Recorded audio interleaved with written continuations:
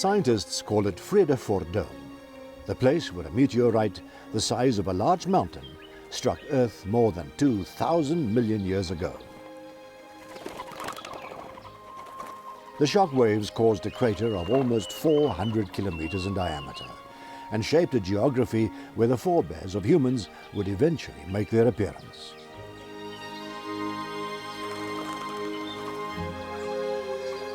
The Vredefort Dome, itself a World Heritage Site, is very close to two sites that bear the name Cradle of Humankind.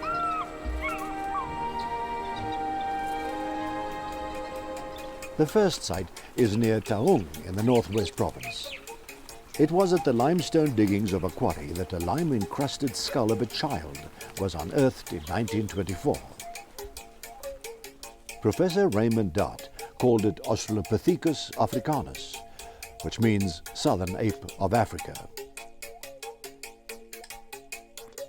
The skull of the Taung child advanced the theory that the origin of early man can be traced to the African continent.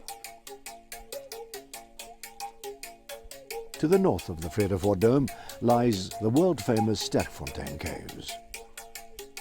Many discoveries here supported Dart's claim that humans developed in Africa. For example, Mrs., or is it Ms. Ples, by Robert Broom in 1947. Geologists believe that the Vredefort meteorite played an important role in the creation of caves such as Sterkfontein.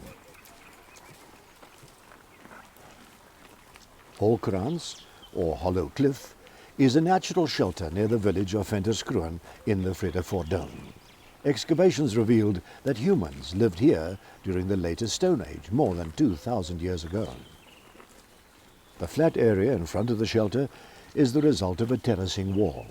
It was probably constructed by later Stone Age inhabitants.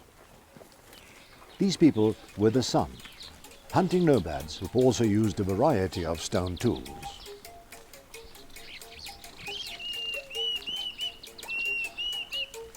The San's presence in the Vredefort Dome is captured in rock engravings that depict their surroundings and struggle for survival.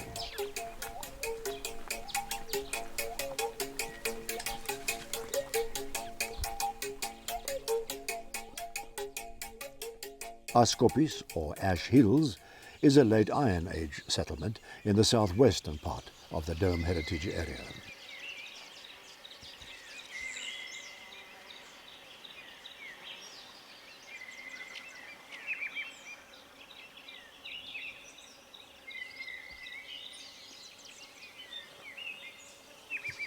The stone-walled structures cover an area of several square kilometers. They were built between 1670 and the early 1800s. One can only guess how many people lived here, but it was probably many thousands.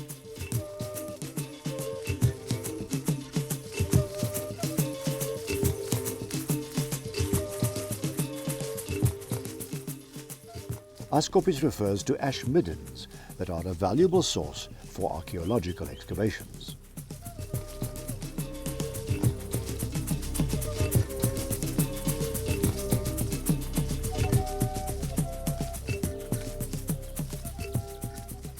The placing of the stone-walled structures is typical of the central cattle pattern. The core is a kraal in the middle surrounded by huts. The wealth of the chief was measured by cattle, and he lived at the head of the kraal.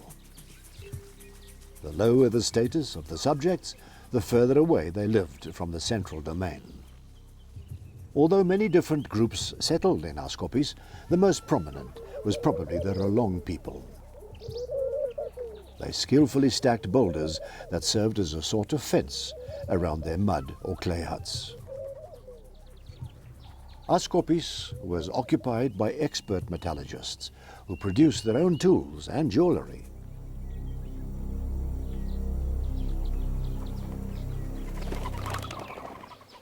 The choice of terrain in the hills indicates that Askopis served as a safe haven from attacks by rival groups. The systematic nature of the layout is typical of Tswana settlements during a very dark period in their history. The 1820s was the beginning of what was called in South African history as the Difakane. Difakane is a Tswana word. Mfekane is the equivalent in the Nguni languages. The Mefekane was an event in South African history when thousands of blacks were displaced and scattered into smaller groups. Hunger actually drove hordes of people from different groups from the upper reaches of the Vaal River in a northwesterly direction towards what now is the Botswana border. Into the void caused by the displacement stepped a powerful leader who assembled the disbanded groups. He was Mzilikazi. He was actually coming from the coast, from Natal. He was one of the commanders of Shaka. Shaka Zulu was still the chief of the Zulu before his assassination in the 1820s. And Mzilikazi, later on, to get further away from the Zulu enemies, his enemies, he moved westward. He collected scatterlings from different groups, and in that way he built his own empire.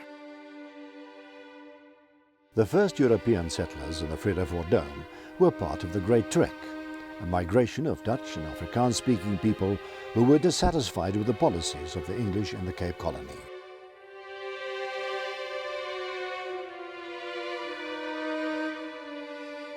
Just outside Parys, on the northwestern bank of the Vaal River, lies a hill where a group of Trekboers were massacred by the Matabeles in August 1836. A warning by a hunting party of Stephanus Erasmus that the Matabeles were on the attack could not save the Liebenbergs. The Liebenbergs couldn't really decide what to do, and before they actually did anything, early the next morning, they were attacked by the Matabele, and most of them were killed. About 24 people killed. The voortrekkers themselves, their servants and so on. A few people survived. A few of the children were taken with the Matabele, and there are many legends about what happened to them. They say one of the little girls actually survived, and later when the Matabele went further north, she accompanied them. The Matabeles were not finished yet. They attacked another group of Trekboers who camped on the banks of the Vaal River near Koppieskraal. The graves of the Boers can still be seen today. The other group of voortrekkers on what now is Koppieskraal, there's a big bend in the Vaal River there, and they pulled their wagons into a semicircle. That was the first lager that the voortrekkers actually constructed as a defensive line against attacks north of the Vaal River, and they managed to ward off the attack. With the Matabeles beaten and out of the way, the Vredefort Dome was ready for European settlement. The first white settlers arrived in the Vredefort Dome about 1800. They were mostly cattle farmers looking for grazing and water. The majority occupied land close to the Vaal River. Title deeds for farms were issued in the 1840s, and many of the offspring of the early pioneers still live in the Vredefort Dome.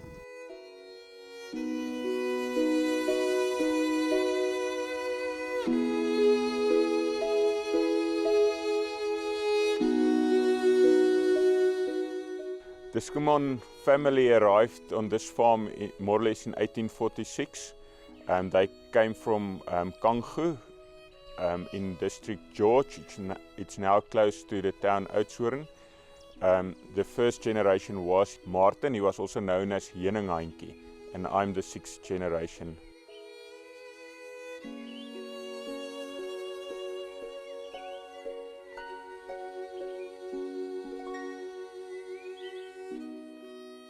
Near Schoemansdrift one will find this pioneer dwelling made of raw sods of turf. It was probably built in the 1850s.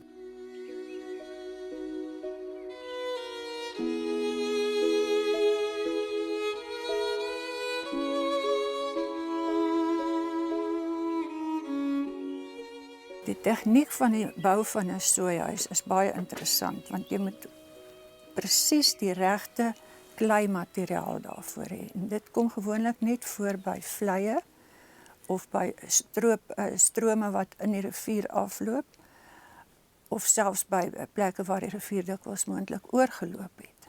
Dit bars maklik en dan bars dit gewoonlik in relatief eenvormige vierkantige blokke. Dit word bloot net uitgesteek met 'n goeie graaf en dit word gewoonlik in netjiese klein vierkantige vorms gespit, sê nou maar 2 stene langs mekaar van ons moderne stene. Maar die plantemateriaal wat daarin was, word geplant dat hulle met hulle wortels boontoe staan. Dit word so in die muur ingeplant, een vir een, met die onderste boplante, sodat hulle nooit weer groei nie, want daai kleimure word gereeld nat as dit reën. En gelukkig nou as dit so blootgestel is en nie meer in die groot massa klei van die aarde lê nie, dan word dit wel droog en is ongelooflik sterk. The discovery of gold in the Witwatersrand changed the face of the Transvaal Boer Republic in particular, and the political landscape of South Africa in general. The gold ridges running through the Vredefort Dome also attracted fortune seekers, and their presence can still be seen today.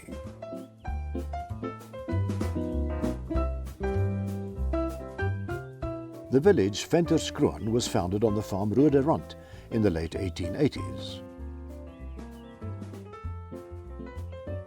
One of the first decent structures was the Mine Commissioner's office. The village soon developed, and to cater for the thirsty miners, a hotel was built soon afterwards.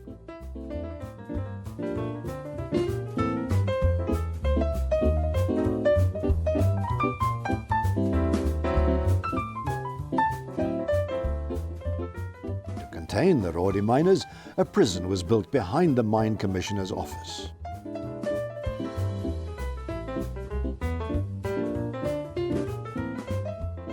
A police station kept law and order in Venterskroon.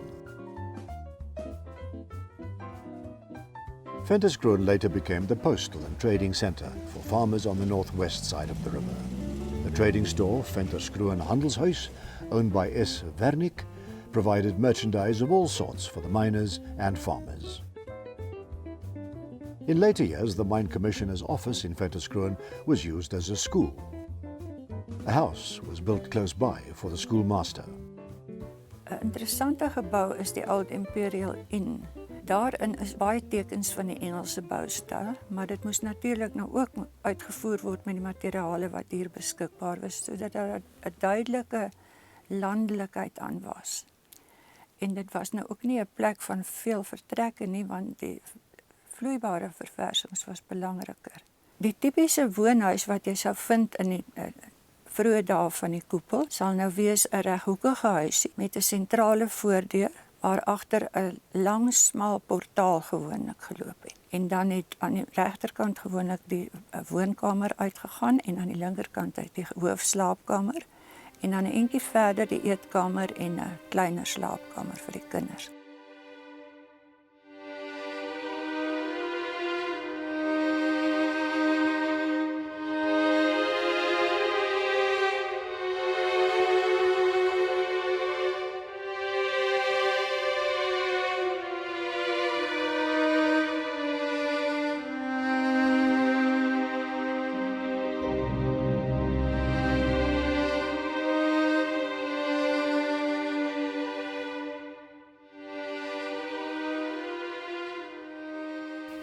Een van die interessantste vorme van huisbou in Oud-Transvaal is die opgekleide huis. Om op te klei het jy 'n vorm nodig van hout, dan is die grond baie deeglik voorberei en as dit nou 'n groterige gebou is, dan sou jy jou osse gebruik om dit te trap.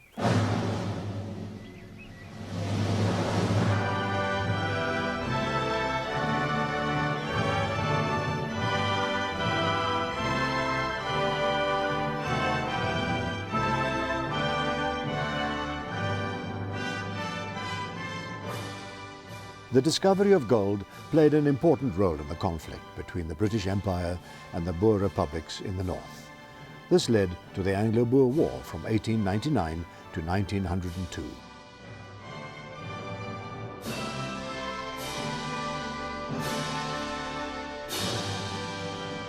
The Vredefort Dome saw the battle at Attie in August 1900. A British reconnaissance post on the farm, with the same name, had a 360-degree view of the surrounding hills and valleys.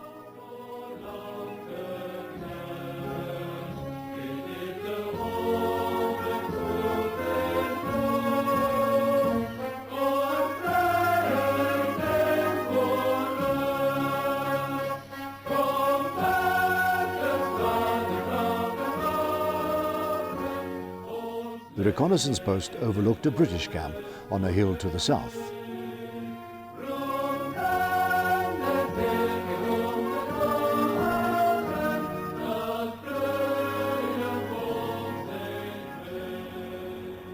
Another war-related site in the Vredefort Dome is Commando Nek, named after the Boers, who used the prominent Quartzsite hills to spy on the British.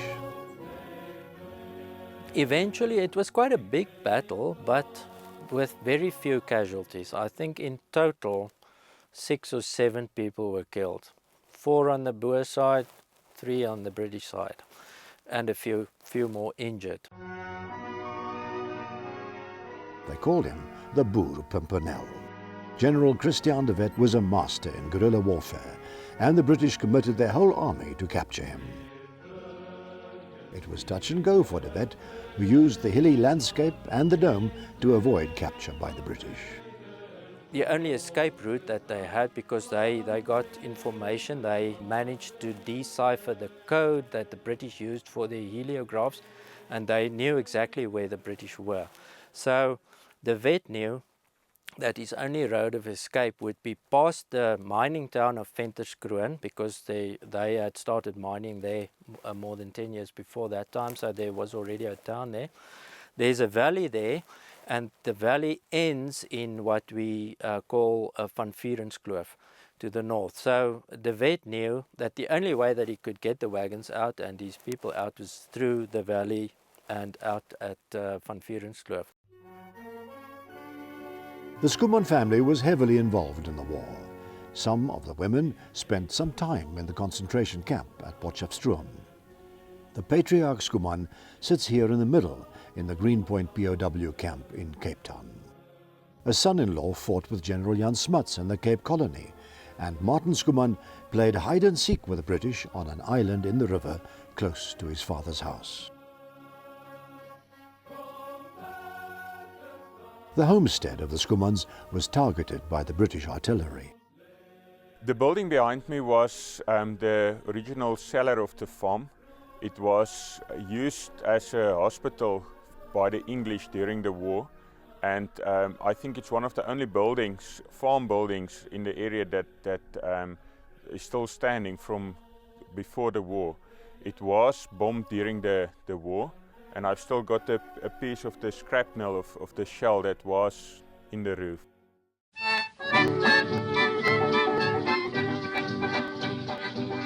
Life for the Dome people after the Boer War evolved around farming and coping with the challenges of the difficult terrain.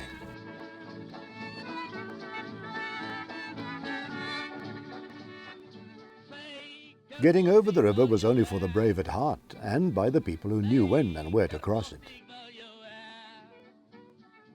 Sichuan's Drift was one of numerous crossings before a narrow bridge was completed in the late 1930s.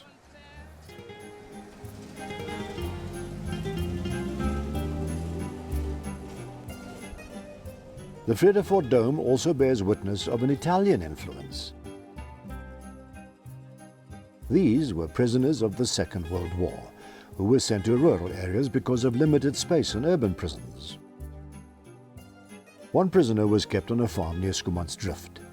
He and his fellow prisoners built a tank to make wine.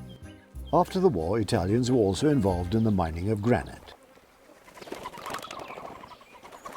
Kruierskraal is a farm on the outskirts of the Vredefort Dome heritage site.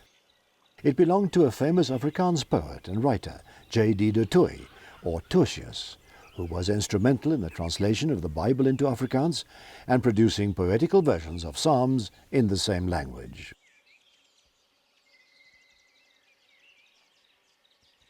Toosje self het daar verlang gebly en toe hy nou met die psalmberuiming moes begin net na die Bybelvertaling, het hy permanent soontoe getrek. Die huis is baie konvensioneel gebou. Smal portaaltjie, 'n woonkamer, slaapkamer, nog 'n woonkamer, slaapkamer, kombuis.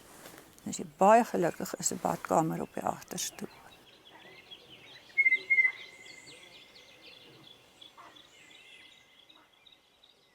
Agter die huis staan nog 'n gebouetjie. Ons weet nie wanneer hy gebou is nie. Daar word vermoed dat dit die eerste gebou op die plaas was. Oupa het stilte nodig gehad vir sy werk, want hy staan nou daar vir die psalmberuiming. En toe het hy vir hom 'n studeerkamer ingerig in die buitegebouetjie. En dit was nou maar soos dit op so 'n plaas gaan in daardie jare, die hoenders was los, hulle het oral rondgeloop, daar was skape op die werf. Die fontein met die drinkdammetjie was daar naby. En toe hy eendag na die ontbyt weer daar instap, toe een van die henne daar 'n eier gelê op sy stoel. Wat nou tot groot vermaak van die kinders gevra is dit nou pa se bydrae vir die psalmberuiming vir vandag? C.M. van den Heever is another Afrikaans writer who lived in the Vredefort Dome. His house was burned down in a veldfire. Van den Heever's house overlooked the Vaal River, and one can assume that the beautiful setting was an inspiration for his writing.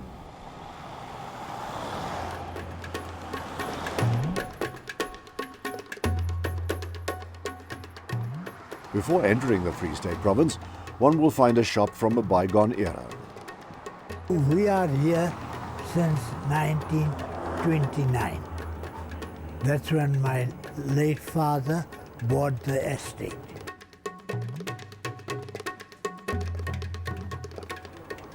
In the olden days, Indians were prohibited from owning property in the Free State. They couldn't even hire Indians there. We are 4 generations now. I'm the second, my son is the third, his children are now the 4th generation.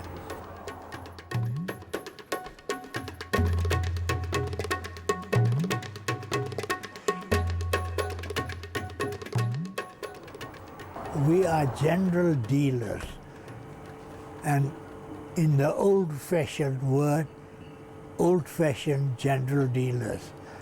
We keep practically everything.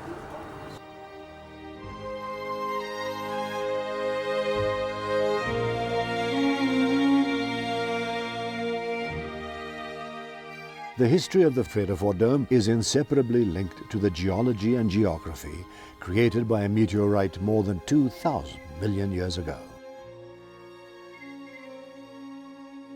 The hills and valleys saw the struggle of ancient and modern peoples, and their presence is there for all to see in this beautiful World Heritage Site.